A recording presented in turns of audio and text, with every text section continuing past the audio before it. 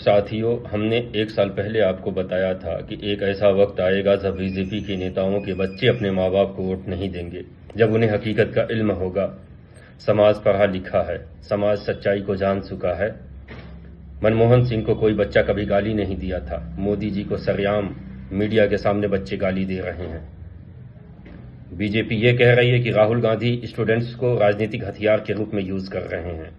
BJP ने भी तो 12 सालों तक मुसलमानों को एक राजनीतिक हथियार के रूप में यूज किया है, मंदिर मस्जिद को राजनीतिक हथियार के रूप में यूज किया है। और हिंदुओं के लिए आज तक बीजेपी ने किया क्या है? सामने आकर मोदी जी बताते क्यों नहीं है कि हिंदुओं के लिए मैंने क्या क्या नहीं किया। आप एक बाइट देखें, चीजें वह खुद आप समझ जाएंगे। नहीं आने के संकेत है।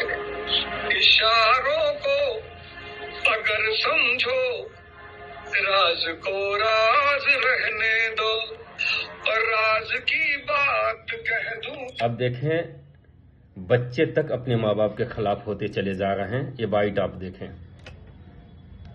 मेरे घर वाले इतना ज्यादा बीजेपी के चमचे बने हुए हैं, ये लोग कल मुझे फोन करके बोलते हैं कि तुम ना मुसलमानों का साथ दे रही है, पर हिंदू मुसलमान कहाँ से आगे बताइए। ये एक वीडियो नहीं है, इसके बाद भी देखें आप, जिसमें बच्चे हिंदू मुसलमान एकजुट होकर क्या बोल रहे हैं। घर छोड़ दिया है। मेरा बाप ना बीजेपी का बहुत बड़ा मेंबर है, ठीक है, पॉलिटिशियन है। ये देख लो भाई, मैं खुद आरएसएस का मेंबर है। देख लीजिए, ये अपने बाप को भी छोड़ दिया, अपने घर परिवार को भी छोड़ दिया। एक और देखें वीडियो। और मुंह छुपा के बोलना पड़ रहा है, घर से भाग के आए। मेरे खुद के पिताजी, मेरा गांव समाज सब बीजेपी के नेता है। मेरे खुद के पिताजी नेता है। बीजेपी में आपके पिताजी नेता है? हाँ है।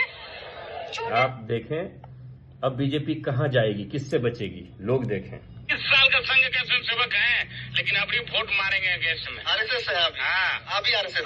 अभी आरएसएस अभी आरएसएस।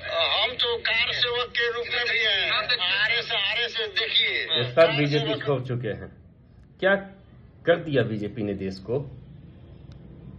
मेरे खुद के पिताजी, मेरा गांव समाज। आप देखते जाएं, झंडे उतार रहे हैं लोग बीजेपी के।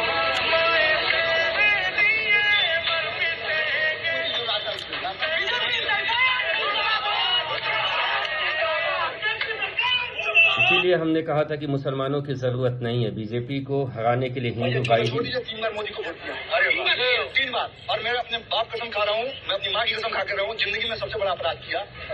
इस बीजेपी को वोट देने के कारण 7 महीने को गुजारिश में रहा। ये मेरे पास साक्ष्य है। अगर आपको लगता है आगे कितनी बार बीजेपी को, ये मैं नहीं कह रहा, ये बीजेपी के सभी लोग हैं जो कह रहे हैं। क्या बीजेपी अपनी कमियों को नहीं देख सकती है?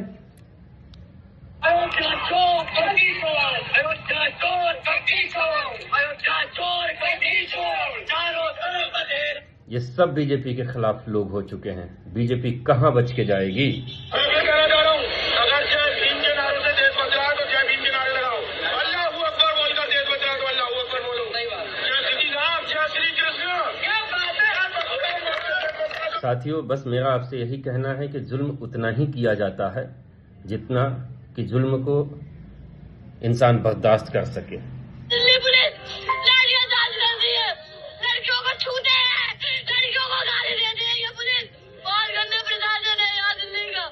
पुलिस वाले ने लड़की को छुआ और गाली दी, उनका सीना टच किया। ये क्या? आप समझ सकते हैं, सब कुछ बीजेपी के कार्यकाल में हो रहा है।